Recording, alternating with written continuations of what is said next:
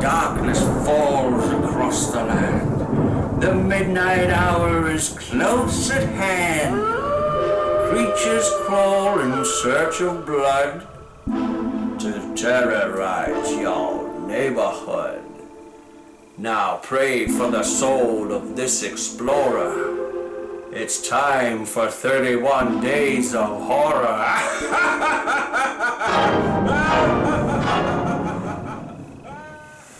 Hi there, Terence McGuana here, and today on the 31 Days of Horror we're going to talk about the horror sequel, Scream Blacula Scream. Now you may have watched my recent Blacula video where I just flapped my gums about how much I absolutely adored that film and how it really had a profound effect on me as a child.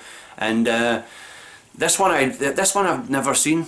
Never seen Scream Blacula Scream ever in my entire life. I only heard about it about 20 years ago in a video store where someone had it, like an old beat up copy of it, and I was like, there was a sequel to Blacula? Oh my goodness. And it's never really managed to come my way for some reason. So when I was doing the 31 Days of Horror, not only did I feel it was necessary to review Blacula, but I also felt it was necessary to pick up the sequel and give it a watch. And I've heard so many good things about it from people online and from other people in the past, that even some people claim that this is better than the original Blacula. So let's find out. And before I do, let me break it down for you. The vampire Mama Waldy is resurrected by a member of an African voodoo cult and stalks the earth again, building a horde of vampires as he pursues Lisa Fortier, a voodoo priestess that may be able to finally lift the vampire curse. I'm going to cut to the chase here and say that I was rather disappointed with Scream Blacula Scream.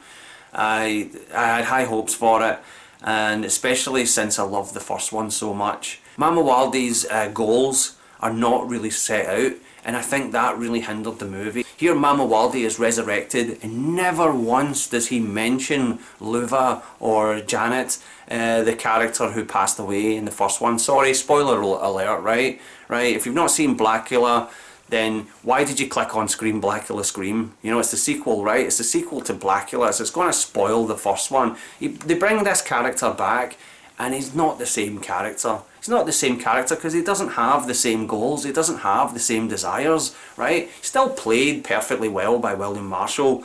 You know, William Marshall owns this character. This is his character. Whenever they do a remake of Blacula, they're never going to be able to match it. In the same way that when they remade Shaft with Samuel L. Jackson, and I'm not talking about that recent one, that was an abomination. That Shaft was terrible. But I mean the John Singleton one in 2000, which I love. I love the John Singleton one.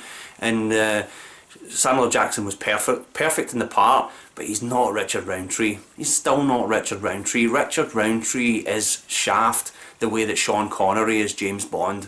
It's just, you can't really compete with him, and I feel that way with Blacula. William Marshall owns this character.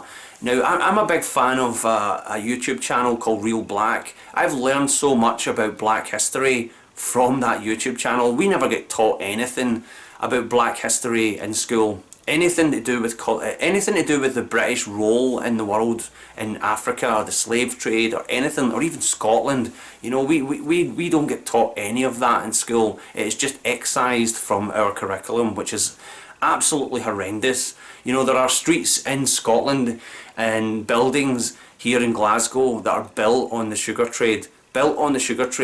You know, there's a good reason we have a Jamaica Street here in Glasgow, and it's not because we love reggae, right? We have a Jamaica Street because we had a hand in slavery in the Caribbean and places like that, right? But we don't get taught that. But I've learned so much from this YouTube channel, Real Black, and I'm going to leave a link at the bottom. It is the best channel on YouTube, right?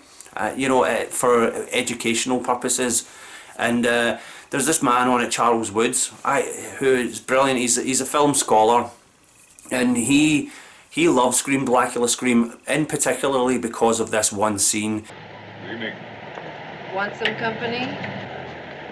I beg your pardon? I said, do you want some company?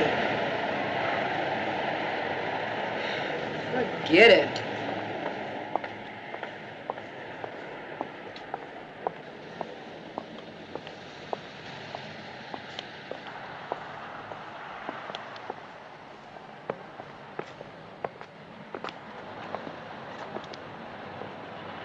Say, what is it we got here?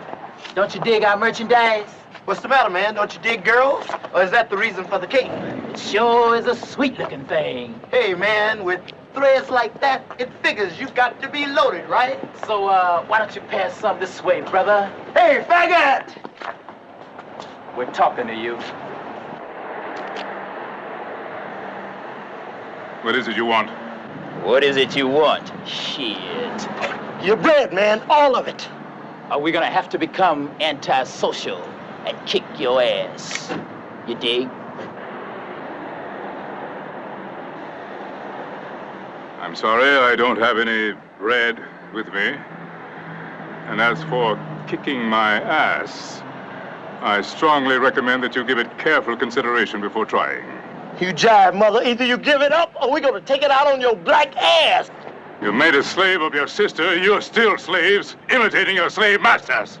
And it's just a shame because the rest of the film doesn't have any of this depth to it. It doesn't have any of this sort of connection to black history and sort of information that, you know, is sorely lacking. As you know, when it gets down to the actual, you know, fight scenes and action scenes and stuff, they're fine. The action scenes are fine, but the film just lacks purpose. It lacks direction. If they established earlier on in the film that not only does Blacula want to use voodoo to resurrect his dead love, but also for them to move to Africa and become human beings again, that would have been a lovely. That would have been an absolutely delightful, they lived happily ever after, but it doesn't end like that at all, and the movie just kind of, it just goes nowhere. But yeah, I can't really recommend Scream Blacula Scream. It just feels as though it's going round in circles. The William Marshall, he's fine. He does the part. He just feels kind of contractually obliged. He doesn't seem to be that into it, and it's just the script. Why did they not give this character a more focused goal? And I did guess the goal when I was about halfway into the film. I was kind of going, what is Blacula all about? What is his purpose here? What is he doing? And I thought to myself, well, they're into voodoo. They've already brought him back from the dead. Maybe they could lift the vampire curse. Maybe they could lift this vampire curse from him. And that ultimately became the purpose, right? And I just wish they would establish that earlier on, or maybe I missed it. Maybe I zoned out because I was quite bored through the film. Maybe Pam Grier mentioned that earlier, that we could lift a vampire curse, you know. But I don't recall Mama Wardy ever saying this in the film, or that was his goal. But you know, if I'm wrong, if I missed something, put it in the comments, right? And I will apologise, and I will even maybe do a wee follow up and say, do you know what? I was wrong about Scream Blacula Scream. But until that happens, I cannot recommend this movie. But if you like this video, hit the like button. If you want to subscribe to the channel, hit the subscription button.